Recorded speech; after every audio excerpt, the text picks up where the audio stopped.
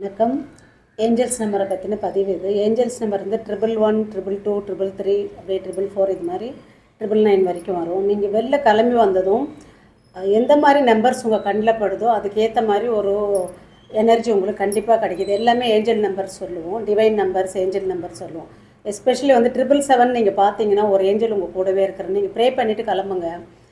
இன்றைக்கி நான் 777 பார்க்கணும், அதுக்குண்டான அந்த ஏஞ்சலோட பிளெஸ்ஸிங் எனக்கு வேணுன்ற மாதிரி கிளம்பும். கண்டிப்பாக நீங்கள் அந்த 777 பார்ப்பீங்க.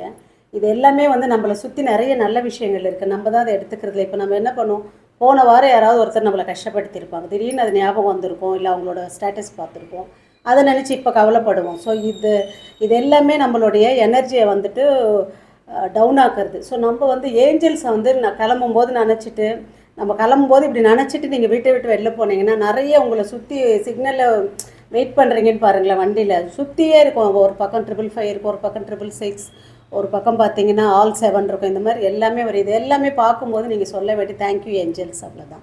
Thank you universe, thank you angels. இதை ட்ரை பண்ணி பாருங்கள், ரொம்ப ஹாப்பியாக இருப்பீங்க, மைண்ட் ரிலாக்ஸாக இருக்கும்.